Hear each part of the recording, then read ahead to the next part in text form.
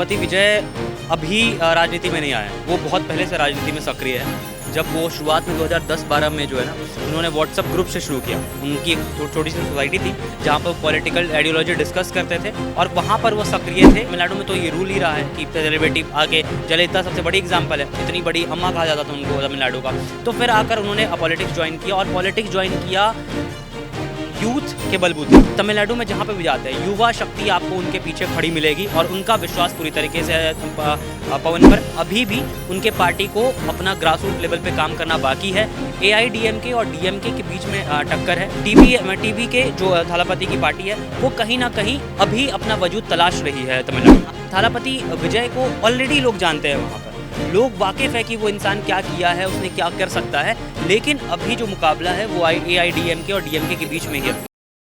नमस्ते, मैं शमी, सौगंध टीवी देख रहे हैं आप। देखिए, इस साल जो है काफ़ी सारे राज्यों में विधानसभा चुनाव होने थे और उनमें से एक नाम तमिलनाडु का भी है, जहां से लगातार कांग्रेस के तमाम नेताओं के बयान वायरल होते गए, चाहे वो फिर मल्लिकार्जुन खड़गे साहब के हों और भी तमाम नेताओं के।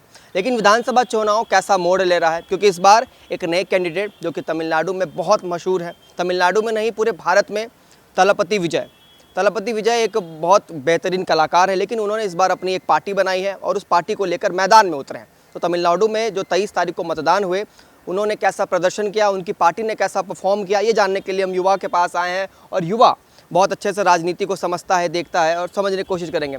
सर, थालापति विजय कि किसी पहचान के मोहताज नहीं है, लेकिन राजनीति में आना और उनकी पार्टी का कैसा परफॉर्मेंस हुआ है, कितनी सीटें मतलब उनको आ सकती हैं, कितने वोट मिलेंगे, क्या लगता है आपको? देखिए, थालापति विजय अभी राजनीति में नहीं आए हैं, वो बहुत पहले से राजनीति में सक्रिय है। जब वो शुरुआत में 2010-12 में जो है ना, उन्होंने व्हाट्सएप ग्रुप से शुरू किया। उनकी एक छोटी सी सोसाइटी थी जहाँ पर पॉलिटिकल आइडियोलॉजी डिस्कस करते थे और वहाँ पर वो सक्रिय थे।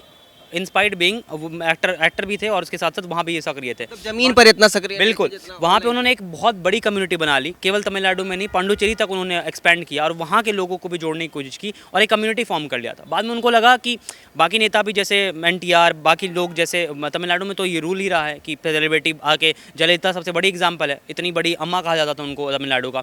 तो फिर आकर उन्होंने पॉलिटिक्स ज्वाइन किया और पॉलिटिक्स ज्वाइन किया यूथ के बलबूते पे। मतलब उनका जो पिलर्स है पॉलिटिक्स का, वो मेनली जो है युवा चेहरे हैं, युवा शक्ति है। और जहाँ भी आप जाएंगे, चाहे वो पांडुचेरी भी जाते हैं अगर प्रचार के लिए, और तमिलनाडु में जहाँ पे भी जाते हैं, युवा शक्ति आपको उनके पीछे खड़ी मिलेगी और उनका विश्वास पूरी तरीके से है पवन पर।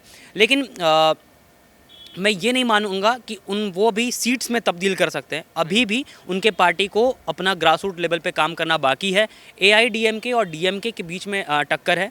टीवी के जो थालापति की पार्टी है वो कहीं ना कहीं अभी अपना वजूद तलाश रही है तमिलनाडु में। बिहार में जो जनसुराज पार्टी का हाल हुआ था, नई पार्टी थी, मैदान में आई और सीटें नहीं निकाल पाई, तो क्या TVK पार्टी का भी यही हाल होने वाला है तमिलनाडु में? मुझे लगता है कि TVK का भी वही हाल होगा, लेकिन इस वजह से नहीं होगा क्योंकि बिहार में जिस तरीके से प्रशांत किशोर की पार्टी ने किया था, प्रशांत किशोर की पार्टी की जो वो मैडनेस वाली फैन फॉलोइंग नहीं थी। लोग आते थे सुनने के लिए कि आखिर प्रशांत किशोर कह क्या रहे हैं। थालापति विजय को ऑलरेडी लोग जानते हैं, वहाँ पर लोग वाकिफ़ है कि वो इंसान क्या किया है, उसने क्या कर सकता है, लेकिन अभी जो मुकाबला है वो AIDMK और DMK के बीच में ही है। किशोर का नाम इसलिए आ रहा है ना, क्योंकि कहीं ना कहीं जो है जो PR का काम करते हैं वो जी आईपैक कर रही है और आईपैक को बहुत बड़ा तजुर्बा है। उन्होंने बहुत सारे जो स्टेट्स में वहाँ की सरकार को, वहाँ की सत्ता को संभाला है। तो मुमकिन है कि वो यहाँ पर भी TVM का जो परफॉर्मेंस है पिछले साल के मुकाबले, वो इस साल और बेहतर कर सकते हैं, लेकिन सीट जीतने में नाकाम रहेंगे। और अभी वो AIDMK के साथ जो लग रही है कि इस बार सरकार बनाएगी BJP के साथ मिलकर, अभी भी उनका वहाँ पे कोई वजूद दिखने को नहीं मिल रहा। आप देख रहे हैं सौगंध टीवी, सौगंध वतन की।